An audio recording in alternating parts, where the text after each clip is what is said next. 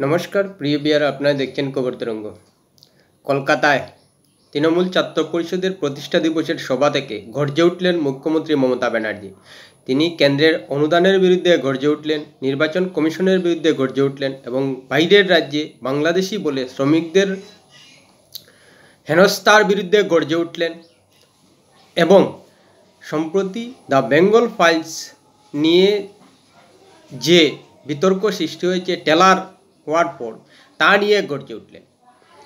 মমতা ব্যানার্জির এভাবে গর্জে ওঠা নিয়ে কতটুকু যুক্তিযুক্ত রয়েছে এটা অবশ্যই প্রশ্নের বিষয় রয়েছে, কারণ মমতা ব্যানার্জির ভূমিকা বর্তমান পশ্চিমবঙ্গে যে কোনো ক্ষেত্রেই যথাযোগ্য নয় এবং ঠিকঠাক নয়, পশ্চিমবঙ্গের মানুষ বুঝতে পারছেন।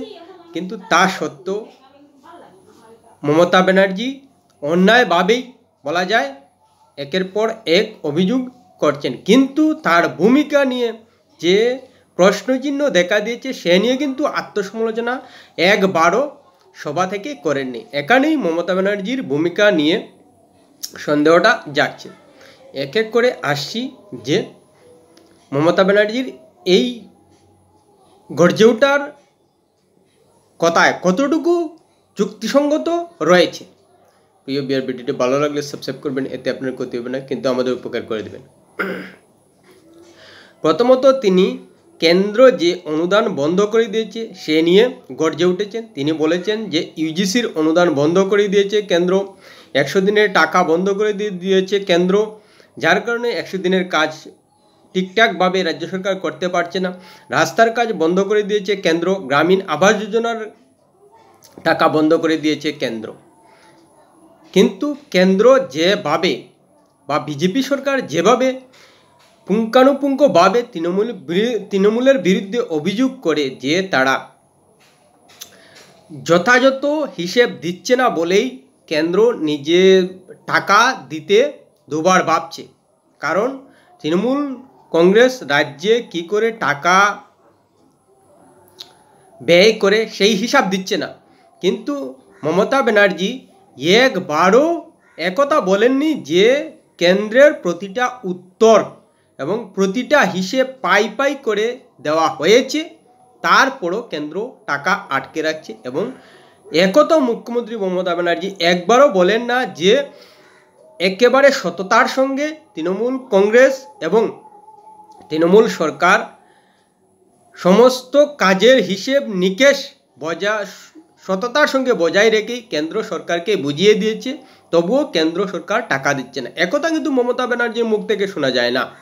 বলিহারি পশ্চিমবঙ্গের মানুষকে, যারা তৃণমূল সরকারকে সমর্থন করছেন, একবারও কিন্তু মমতা ব্যানার্জির এসব ফাঁক রাখা প্রশ্ন তুলেন না যে মমতা ব্যানার্জি কেন্দ্র যেভাবে হিসাব চাইছে সেই হিসাবটা দিলেই তো হয়।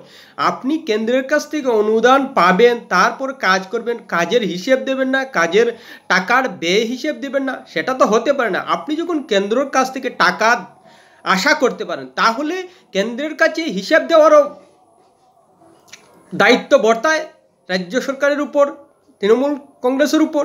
সেটা কিন্তু একবারও বিস্তারিতভাবে না তৃণমূল কংগ্রেস বলছে, না মমতা ব্যানার্জি বলছেন। তারপর আসছে নির্বাচন কমিশনের বিরুদ্ধে অভিযোগ যে নির্বাচন কমিশন এসআইআর করে ভোটারদের নাম কেটে নিতে চায়। এটাই সবথেকে বড় ইস্যু। কিন্তু মমতা ব্যানার্জির এসব বয়ানবাজি যে আর চলবে না, সেটা যুক্তি দিয়েই বুঝালে আপনারা বুঝে যাবেন। কয়েক বছর অন্তর স্বাভাবিকভাবেই নির্বাচন কমিশন এসআইআর করে এবং সেই প্রস্তুতি নিচ্ছে পশ্চিমবঙ্গে করার জন্য নির্বাচন কমিশন, এবং সেটাকেই হাতিয়ার করছেন মুখ্যমন্ত্রী মমতা ব্যানার্জি। বলছেন যে কারো ভোটাধিকার কাটতে দেবেন না তিনি। মানে দাঁড়াচ্ছে যে পশ্চিমবঙ্গে যদি অবৈধভাবে বাংলাদেশেও থাকে তাদেরকেও ভোটা কাটতে দেবেন না, এটাই বোঝাতে চাইছেন নাকি? এর সঙ্গে এও বলছেন যে নথি দেখাবেন না, মানে বাংলাদেশে যদি পশ্চিমবঙ্গে যদি অবৈধ বাংলাদেশিও থাকে তাহলে নথি দেখানোর কথা বলছেন কি? এটাই বুঝাতে চাইছেন কি? কেউ নথি দেখাবেন না মানে কি দাঁড়াচ্ছে? যে একথা বলেছেন যে পশ্চিমবঙ্গের মানুষ নথি দেখাবেন না, তার মানে পশ্চিমবঙ্গে তো অবৈধ বাংলাদেশি আছে তাদেরকেও বলছেন যে অবৈধ নথি দেখাবেন না, এটাই তো বোঝায়। তার মানে পশ্চিমবঙ্গে যদি অবৈধ বাংলাদেশি থাকে এবং ভারতের জন্য হুমকি হয়ে দাঁড়ায়, তাতে কিন্তু মমতা ব্যানার্জির কিছু যায় আসে না। যার কারণেই সারা পশ্চিমবঙ্গের বর্তমানে যারা বসবাস করছেন তাদেরকে বলছেন নথি না দেখাতে।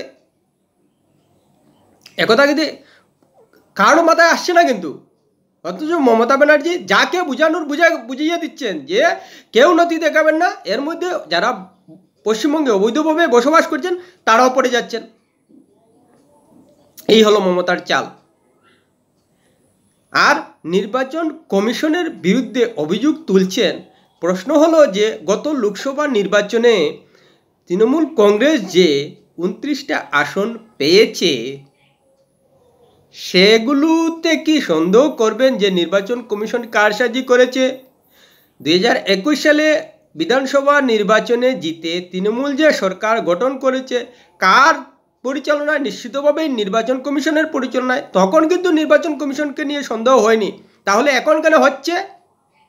আসলে মমতা ব্যানার্জি বুঝে গেছেন যে এতদিন ধরে কোন চালে রাজনীতিটা করছিলেন, সেই রাজনীতিটা বন্ধ হয়ে যাবে যদি নির্বাচন কমিশন সত্যিকার অর্থেই এসআইআরটা ঠিকঠাক করতে পারে। তাহলে তৃণমূলের জারিজুরি শেষ হয়ে যাবে। এখানেই মমতা ব্যানার্জি কেঁপে যাচ্ছেন, যার কারণে যে নির্বাচন কমিশনের অধীনে 2021 সালে তৃণমূল কংগ্রেস সরকার গড়েছে, মমতা ব্যানার্জি মুখ্যমন্ত্রী হয়েছেন, লোকসভা নির্বাচনে 29টা আসন জিতে বড় বড় কথা বলছেন যে বিজেপি পশ্চিমবঙ্গে এখনও তৃণমূলের সঙ্গে লড়াই করার মতো জায়গায় নেই। তাহলে ভয় পাচ্ছেন কেন নির্বাচন কমিশনের এসআইআরকে? আপনার যদি এতই জনপ্রিয়তা থাকে পশ্চিমবঙ্গে, আপনার যদি তৃণমূল কংগ্রেসের দলের এতই জনপ্রিয়তা থাকে, তাহলে নির্বাচন কমিশনের এসআইআরে ভয় পাচ্ছেন কেন? এবং এসআইআর যে যথাযথই বিহারের নির্বাচন কমিশনের এসআইআরে পরিষ্কার হয়েছে, 65 লক্ষ ভোটারের নাম বাদ গিয়েছে। এবং সেটা আমরা জানি যে এসআইআর থেকে মৃত ভোটার, বহু ভোটার এবং এক জায়গা থেকে অন্য জায়গায় চলে যাওয়ার পর 2 জায়গায় নাম কাটে নির্বাচন কমিশন। সেসবের বিরুদ্ধেও কি মমতা ব্যানার্জি কথা বলছেন? এসআইআর তো এটাই হয় নাকি? সঙ্গে অবৈধ ভোটার যারা বাংলাদেশ থেকে আসে, এবং এটা একেবারে স্বীকৃত যে ভারতের বিভিন্ন রাজ্যে অবৈধভাবে বাংলাদেশিরা ধরা পড়ছেন এবং পশ্চিমবঙ্গেও রয়েছেন, কিন্তু পশ্চিমবঙ্গে তৃণমূল সরকার সেভাবে সক্রিয় নয় অবৈধ বাংলাদেশিদের বিরুদ্ধে, যার কারণে সেখানে সেভাবে দেখা যাচ্ছে না। কিন্তু ভারতের অন্যান্য রাজ্যে অবৈধ বাংলাদেশিরা ধরপাকড়ের শিকার হচ্ছেন এবং ধরা পড়ছেন, কারণ অবৈধ বাংলাদেশি আছে বলেই তো ধরা পড়ছে। কিন্তু সেটা নিয়ে একবারও মুখ্যমন্ত্রী মমতা ব্যানার্জি বলছেন না যে পশ্চিমবঙ্গে অবৈধ বাংলাদেশিদের কোনো অবস্থায় থাকতে দেওয়া হবে না, তাদেরকে বেছে বেছে সীমান্তে পুশ করা হবে। অসমে মুখ্যমন্ত্রী হিমন্ত বিশ্ব শর্মা 27 আগস্ট কয়েকজন বাংলাদেশিকে পুশব্যাক করেছেন, কিন্তু মুখ্যমন্ত্রী মমতা ব্যানার্জি গত এক মাসে কয়েকজন বাংলাদেশিকে পশ্চিমবঙ্গ থেকে ধরে পুশব্যাক করেছেন বলতে পারবেন? এখানেই তার আসল উদ্দেশ্য পরিষ্কার হয়ে যাচ্ছে। তারপর আসছি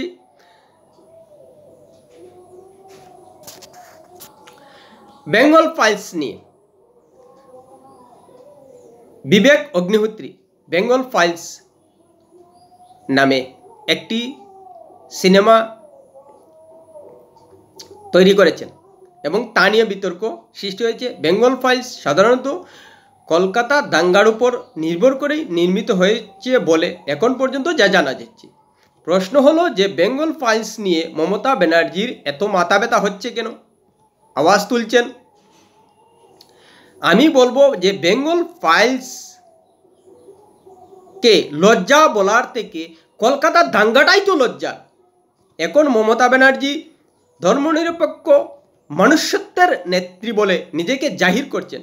প্রশ্ন হলো মমতা ব্যানার্জির থেকেও কিন্তু 1946 সালে কলকাতার পরিবেশ আরও ধর্মনিরপেক্ষ ছিল। তখন কিন্তু চিত্তরঞ্জন দাস, নেতাজি সুভাষচন্দ্র বসু, বিধানচন্দ্র রায়, জ্যোতি বসু, সোহরাওয়ার্দী এ ধরনের বড় বড় নেতা পশ্চিমবঙ্গে ছিল। তাহলে পশ্চিমবঙ্গে কেন দাঙ্গা সৃষ্টি হলো? রবীন্দ্রনাথ ঠাকুর, কাজী নজরুল ইসলাম, এ ধরনের বিখ্যাত মানুষ পশ্চিমবঙ্গে তখন ছিল। সেই 1946 সালের সময় কলকাতাকে সারা ভারতের মধ্যে অন্যতম অগ্রগামী একটা উন্নত শহর বলে মনে করা হতো, আধুনিক শহর বলে মনে করা হতো। তাহলে সেই আধুনিক শহরে সাম্প্রদায়িক দাঙ্গা হলো কি করে? সেই সাম্প্রদায়িক দাঙ্গা কলকাতায় হয়েছে, এটাই তো লজ্জার, বড় লজ্জার এটাই যে কলকাতার মতো একটা উন্নত শহর এবং ভারতের মধ্যে সব থেকে গণতন্ত্রের ক্ষেত্রে, ধর্মনিরপেক্ষতার ক্ষেত্রে সব থেকে এগিয়ে ছিল, সেখানে তাহলে সাম্প্রদায়িক বীজ রোপণ হলো কি করে, দাঙ্গা হলো কি করে? কলকাতা দাঙ্গাটাই তো বাঙালির জন্য সব থেকে লজ্জাজনক, যে বাংলা নিজেকে স্বাধীনতার আগে থেকে ইংরেজ আমলেই নিজেদের ধর্মনিরপেক্ষ, গণতন্ত্র এবং মনুষ্যত্বের ক্ষেত্রে সব দিক থেকে এগিয়ে বলতো। তাহলে কলকাতায় দাঙ্গা হলো কেন? সাম্প্রদায়িক বীজ রোপণ হলে কেন? হিংসা কেন জ্বলে উঠল? এটার তো জবাব দেওয়া উচিত পশ্চিমবঙ্গের মানুষের।